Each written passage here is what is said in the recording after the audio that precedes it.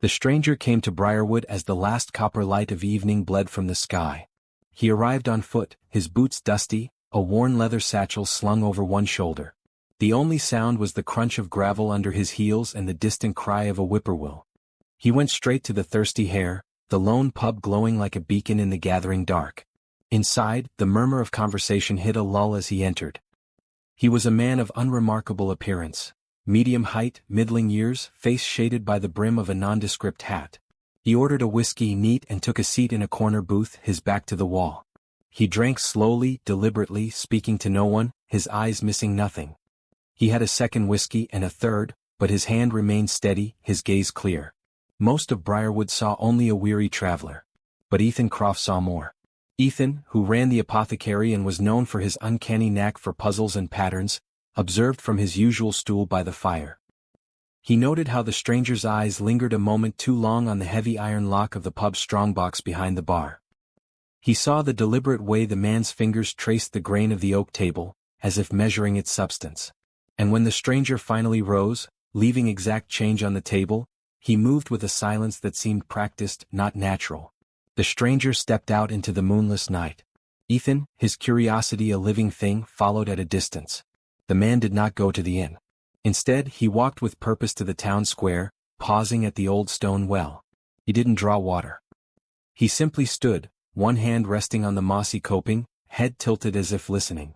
Then he turned and walked to the blacksmith's shuttered forge, then to the post office, and finally to the small, sturdy building that housed Briarwood's only bank. At each location he performed the same odd ritual. A pause, a touch, a moment of silent communion. Ethan, shrouded in the deep shadow of the linden trees, felt a cold, understanding dawn. The man wasn't casing the buildings for theft. He was listening to them. And Ethan remembered the old tales, the ones his grandfather whispered about Dry-Fingered Jack, a phantom thief who could hear the secrets of stone and iron, who could discern the weak point in any lock, the hollow behind any wall, just by the echo of his touch. The stranger returned to the Thirsty Hare, which was now closing. The publican Tom was alone, counting the night's meager takings before depositing them in the strongbox. Through the window Ethan watched, his breath fogging the cold glass. The stranger approached the bar, engaging Tom in low conversation.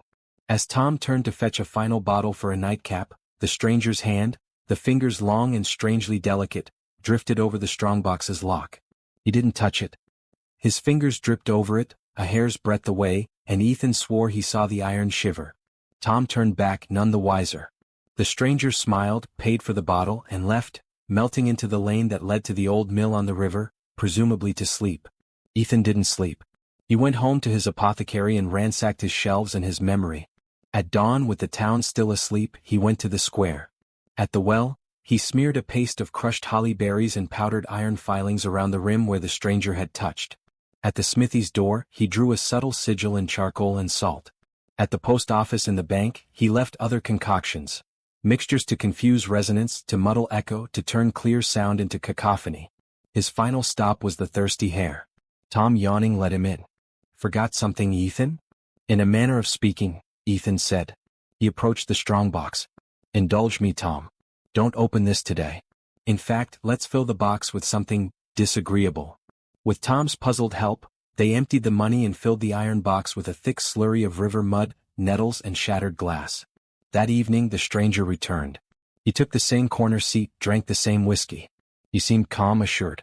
But as the night wore on, a faint line appeared between his brows. He left early, again visiting his chosen sites.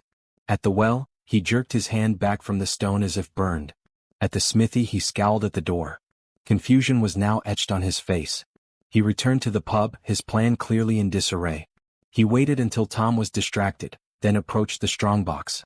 This time his delicate fingers did touch the lock, dancing over its surface. He closed his eyes in concentration.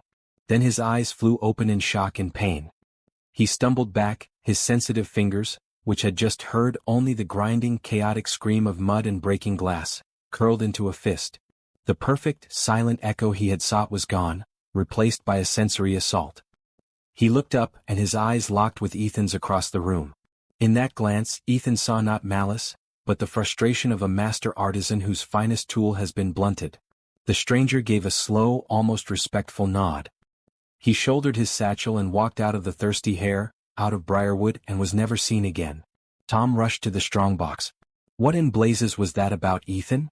Ethan took a sip of his ale, watching the door swing shut on the empty night. Just a stranger passing through, he said softly. But he was listening for answers. I simply made sure the town started asking different questions. And in the strongbox, amidst the mud and the shards, the real money lay safe and sound, its silence now an unbreakable secret.